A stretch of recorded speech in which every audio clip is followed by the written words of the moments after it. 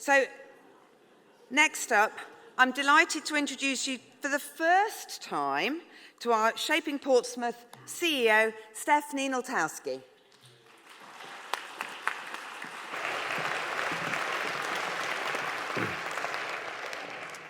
Good morning, everybody, and thank you very much indeed for coming today. The mic works. Brilliant. We've got another mic to come in a moment, but I wanted just to start by saying today we're doing something differently. Normally you hear one round-up speech from me towards the end of the morning, talking about our 22 successes and our 23 plans. As you know, you've been around Shaping, as some of you have been around for more than 11 years, we're in 3 areas of the city: business, education, and community. And therefore today is more about the us rather than the I. And therefore what I'm going to do, I'm going to share the platform in 3 stages with 3 of my non-exec directors out of the 10 wonderful people who sit on the board of Shaping and give their time freely. Each director, as Yvonne mentioned earlier, carries a specific portfolio within that team. And the business strategist and the community strategist, non-exec directors, will be up later. But I'd like to invite to the stage now Hayden Taylor, who looks after our education and skills strategy. Hayden.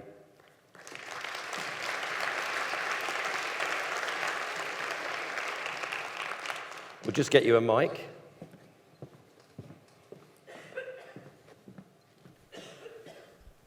So Hayden, before we start, can I just talk about Unlock before we talk about Shaping? You've had quite a year, haven't you? It has been an incredible year, actually, and we're really pleased with what we've been able to build in terms of opportunities for young people. You know, we fundamentally believe every kid in this city has the opportunity to succeed. We just got to create the opportunities to do that. And we're very lucky to be in this building today where we launched our Changemaker Studios Portsmouth. And last year we reached 15,000 young people through those outreach programs. So it's been one hell of a year. I'm ready to retire on a Caribbean beach somewhere, I think. You won't be allowed to be. But if I can start the Shaping work. Shaping in this particular pillar is all about skills and employability. That the net of this will be that if we can bring the skill base of the people in work up with our partnerships, and if we can bring the skills to the people who aren't in work, then the 107,000 jobs can actually become 109, the 8,500 businesses can become 9,000, and the people in work can actually be of more value to their team. So we want you to be involved, though. We need you to help us, the further education teams, the training providers, and that we need the feedback from the businesses, and we'll explain how we're going to get that later. Lastly, our training providers who we work with, and there are 1 or 2 in the hall today, again, I'm delighted that actually they're going to be working with us as we go through this journey. Hayden, I wonder if you can actually now tell us a little bit about Explore Your Future. Yeah, no problem. So for those of you who were here last year, Explore Your Future is our kind of flagship program directed at exposing young people to all the incredible career opportunities that already exist in this city. We want to ignite young people's minds about the great stuff that they can achieve here in Portsmouth. We know we naturally suffer from a bit of a brain drain in this city, and some of that comes from just not being aware of the incredible variety of careers that exist in our really vibrant economy. The Explore Your Future model is really quite simple. We bring together somebody who's perhaps quite experienced in their field with a new entrant into that particular role. That could be an apprentice, could be somebody on an internship scheme, somebody who's just joined that business, to share their stories. So you can see that route of progression. And fundamentally, we want to promote this idea that a career path is not a journey from A to B. It is not a neat, straight line that we can all naturally chart out.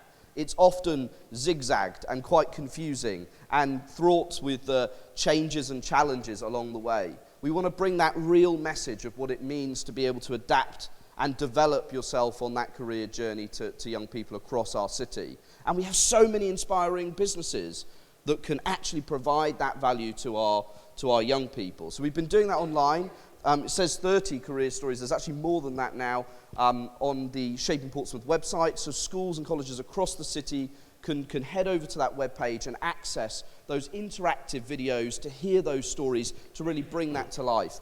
The plan for 2023 is to bring that into schools and colleges in a really immersive way. That's one way we really need your help today. I feel like I'm a bit of a broken record at conference because I'm up here just begging you for your time and support.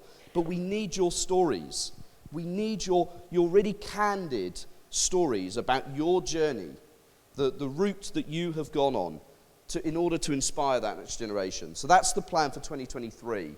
We've got the model, we've got the vision, we've got the great volunteers in this room. We now need to execute on that and really create some incredible opportunities for young people in this city. Thank you. And one of the deliverables we're going to pilot from the 20th of February onwards, which is the other side of half term, is with the Admiral Lord Nelson School. They have tutor group up until 9:05 in the morning on a Monday. So from about 8:20 till about 9:10, we're going to send in over 6 Mondays 2 of you to go in to grab a cup of coffee, and having students, pupils registered to meet you, then you will be talking to them about the skills in your business, your story as well. We're calling it the Big Business Breakfast Briefing. We're going to run it for 6 consecutive Mondays with Admiral Lord Nelson School, and I'm sure it's going to be successful. And Hayden, I know that other schools would then like us to roll it out, don't they? Absolutely. I think it's a great opportunity, and we really want to be responsive to the needs of our city's young people and what the schools and colleges are telling us. That's Shaping's unique role in this city infrastructure.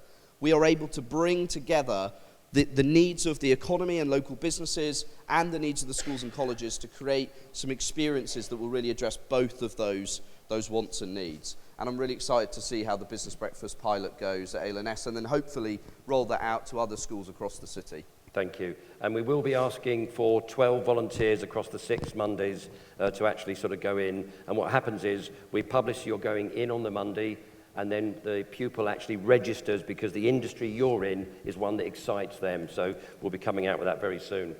But that's not the only thing. One of the most amazing things we've ever done is our apprenticeship bus tour.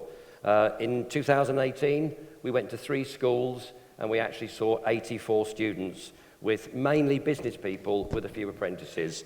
Now, this year's theme is Skills for Life. It's taking place between the 6th and 9th of February.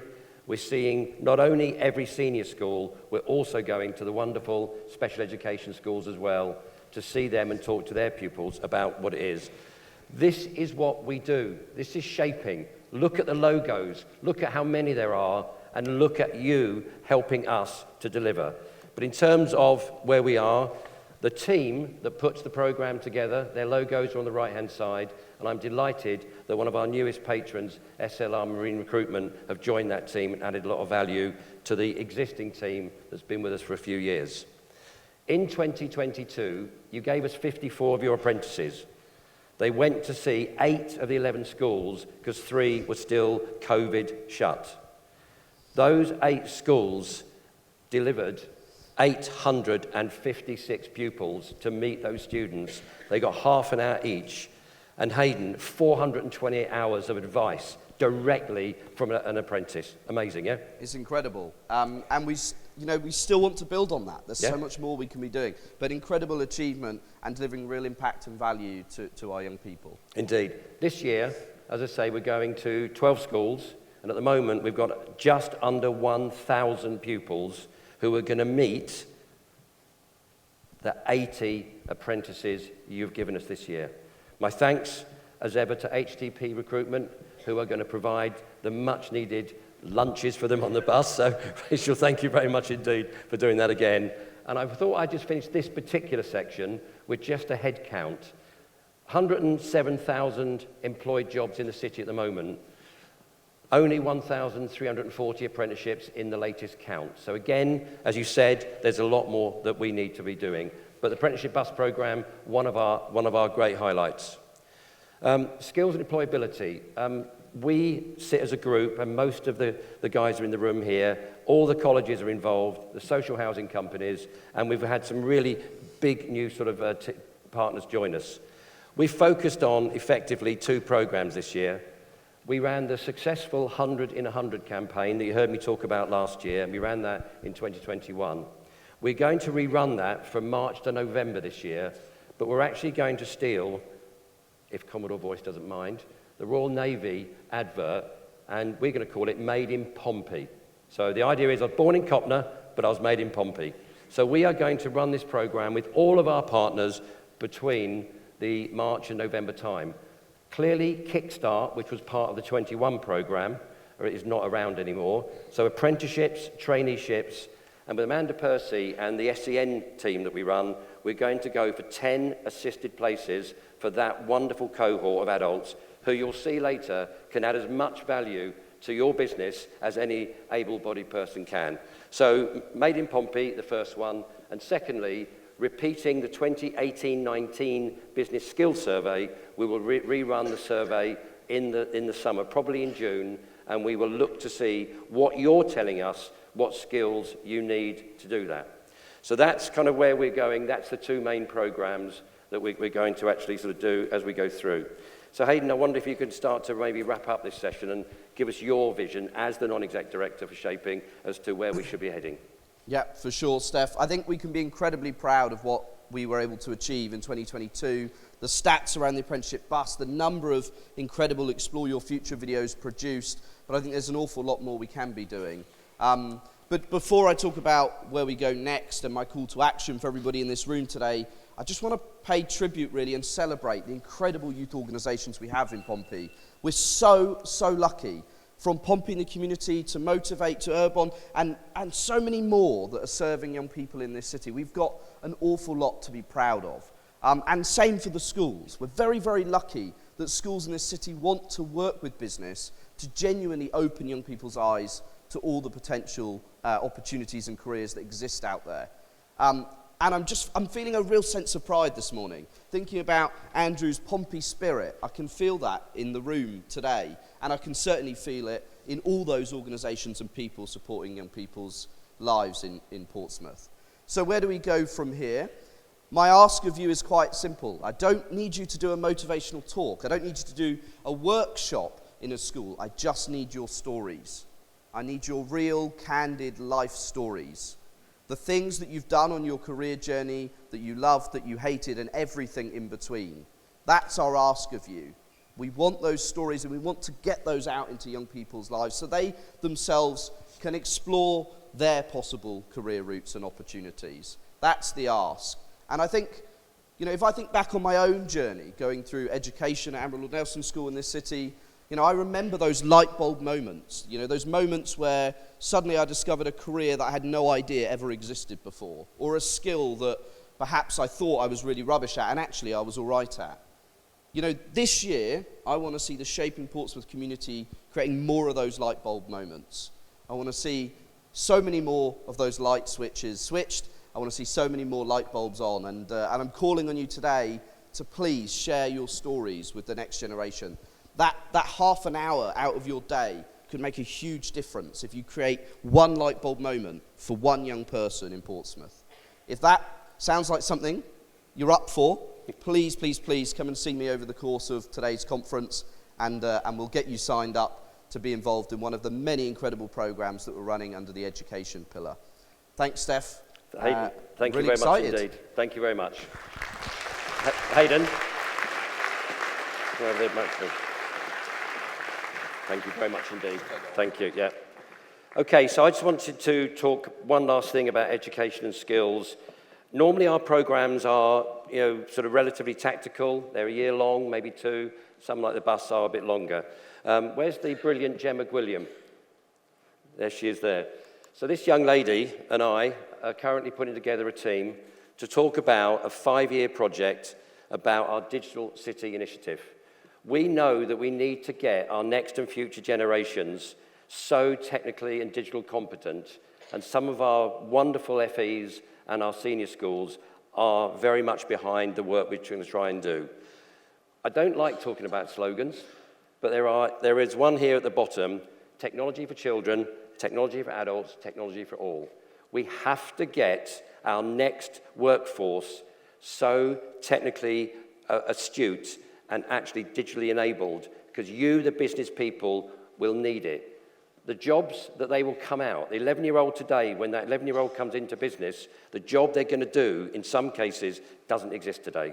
So I'm really delighted to be leading this initial initiative with the team that we've got, and we're about to come out to businesses and ask you for feedback as to what you see as the gating factors to why you need more people to come to you already equipped in the digital world. So I'm looking forward to telling you about this next year. It's a brand new thing we're looking, and Gemma, fantastic news that you've got us to where we've got to.